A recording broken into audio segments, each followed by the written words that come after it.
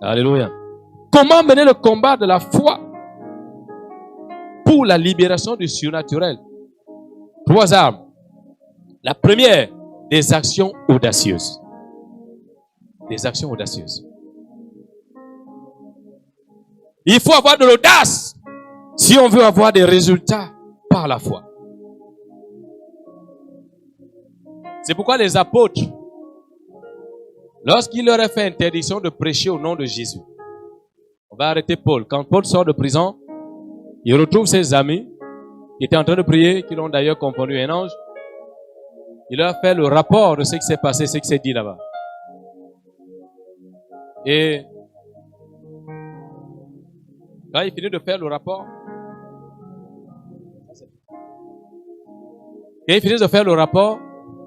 ils se sont mis à prier. Mais la prière, c'était quoi? Actes chapitre 4, à partir du verset 26. Vous irez lire à la maison. Ils ont prié, ils ont dit, Père, donne-nous de prêcher avec audace et puissance. Ils ont demandé, avant la puissance, mais ils demandent l'audace. Parce que tu peux avoir la puissance. Si tu n'as pas d'audace, la puissance ne te sert à rien. Parce qu'il faut pouvoir te lever, aller mettre la main pour que la puissance descende. Donne-nous de prêcher avec audace et puissance. Et qu'il se fasse des miracles et des prodiges. Parce qu'ils savaient que les gars qui voulaient attaquer Jésus, ils ont vu que Jésus avait guéri un aveugle né. Ils ont dit non, on ne peut pas aller l'attaquer devant les gens. Le peuple va se retrouver contre nous. Depuis que nous sommes ici, qui a déjà guéri un aveugle né? Personne. C'est la preuve qui vient de Dieu parce que nul ne peut faire ce genre de choses si Dieu n'est pas avec lui. Ah, je déclare que Dieu fera pour toi ce qu'il n'a jamais fait au nom de Jésus de Nazareth. Personne n'avait guéri un aveugle né avant Jésus. Cet aveugle né est le premier à bénéficier de ce type de démonstration. Ce sera ton cas dans le domaine où tu attends Dieu depuis des années au nom de Jésus de Nazareth. Même toi qui nous regardes sur Internet, cette grâce tombe également sur toi au nom de Jésus. Ils ont demandé l'audace parce que c'était nécessaire.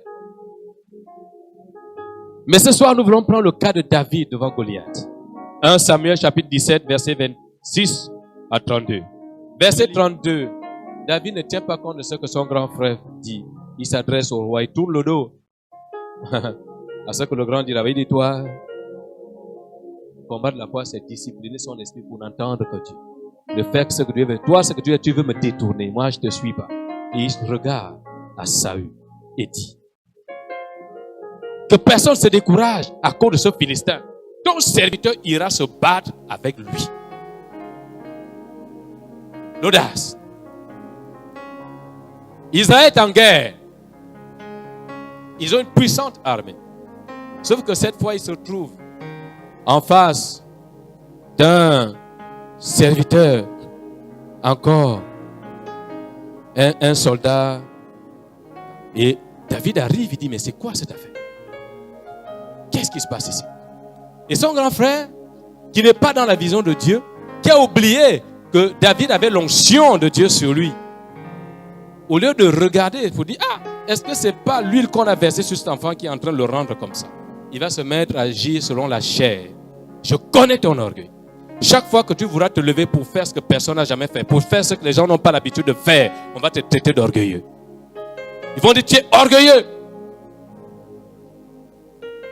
Il dit, c'est matin, il veut montrer quoi? Mais il faut oser. Et Dieu sera honoré. Alléluia. Le frère va dire, on connaît ton orgueil. Mais David ne tient pas compte de cela. Il se retourne. Il dit, je suis venu, j'ai une mission. C'est d'honorer Dieu. Parce que ce qui énerve Goliath, David, il a une sainte colère. Pourquoi? Écoutez ces propos. Quel est cet incirconcis? Quel est ce païen? Quel est ce diabète? Quel est ce cancer qui ose menacer l'enfant de Dieu pour ainsi mettre le l'opprobre sur le nom de mon Dieu? Non! Je ne peux l'accepter. Il dit à Saül, ne vous troublez pas. Désormais, le Fils de Dieu est là et il va se révéler. Alléluia. Il a eu de l'audace. De l'audace. Et c'est important. Tant qu'il n'y a pas d'audace, vous ne verrez pas les choses. Les ministères Réveil Impact. Pour plus d'informations, rejoignez-nous sur nos plateformes Facebook, YouTube et WhatsApp. Que Dieu vous bénisse.